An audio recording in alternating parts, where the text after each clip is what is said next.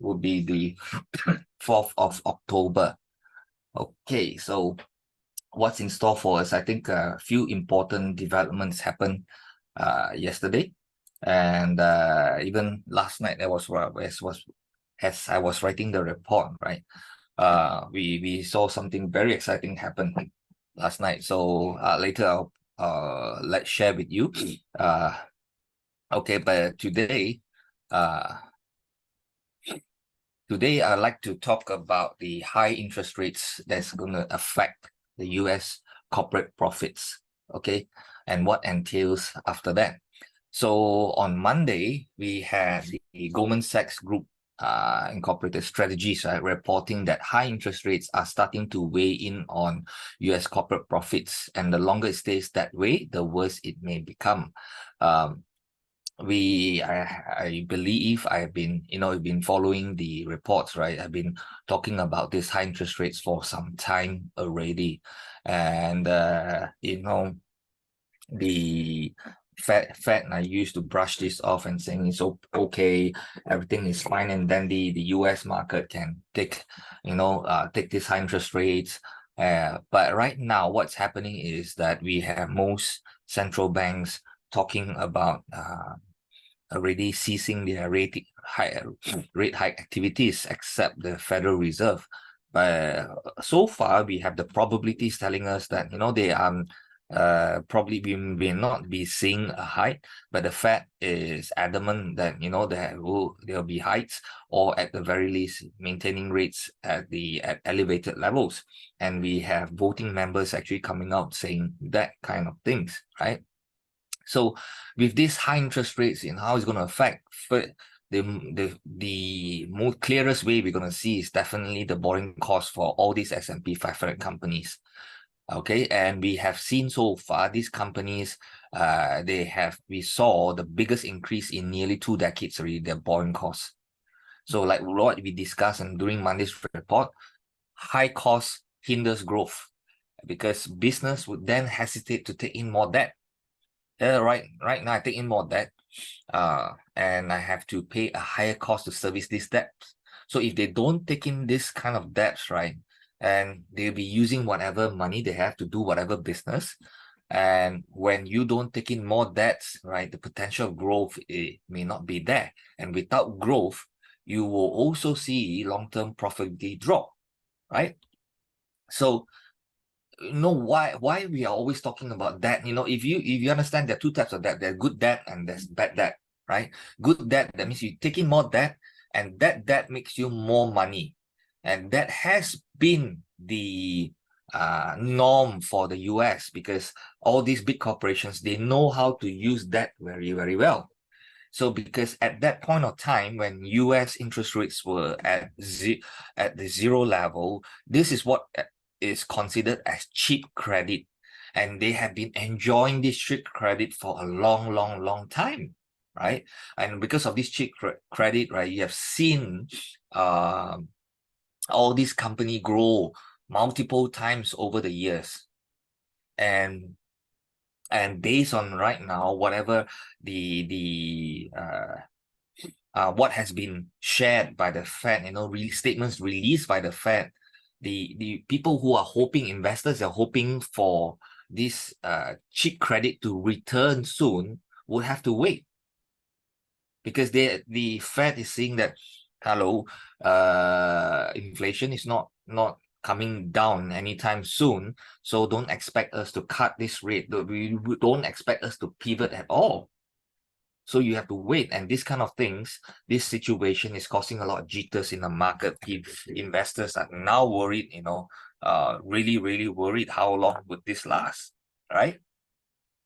So what we have so far, statements released by the Fed, and also what the market has more or less priced in and predicted so far, is for next year 2024 there will be only two cuts, and the market is only expecting a 50 basis point rate cut there only.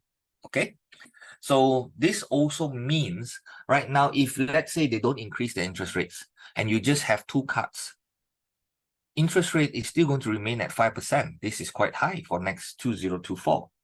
Now, if we were to see a rate hike by the end of this year, that means if with that 2 cuts next year, it will be around 5.25, and that is even worse, right?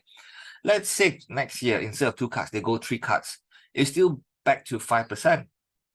So this is something that is causing a lot of jitters among the investors, right? Now, personally, 5% is still regarded very, very high. And if interest rates truly remain at this level, you're going to see more and more companies, right? They will be really, they'll think twice before they want to borrow money, because to take on this leverage kind of thing, it will be a double-edged sword, because at that point of time, we really need to see the health of the economy.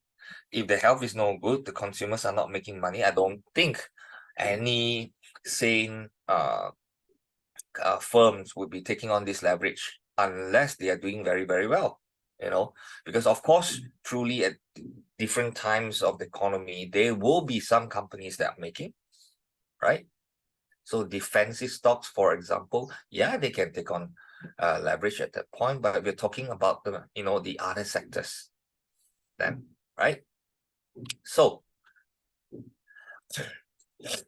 on the backdrop of high interest rates environment, the only thing right now that's supporting the US stock market from dropping further is a strong jobs market, because it's often used as a reason for the Fed to support their rate hike decisions, or even want to maintain the rate. So as long as the jobs is very, very important, very strong, yeah, we're still going to look at it because they can withstand. They can withstand. So yesterday we had the jobs report coming up, and we saw that there are more job openings. So with these job openings, the market took it as a sign that with more job openings, then yes, job market is strong, but at the same time, what do you call this, the wage, the wage pressure won't be increasing, because now there's more jobs opening than usual.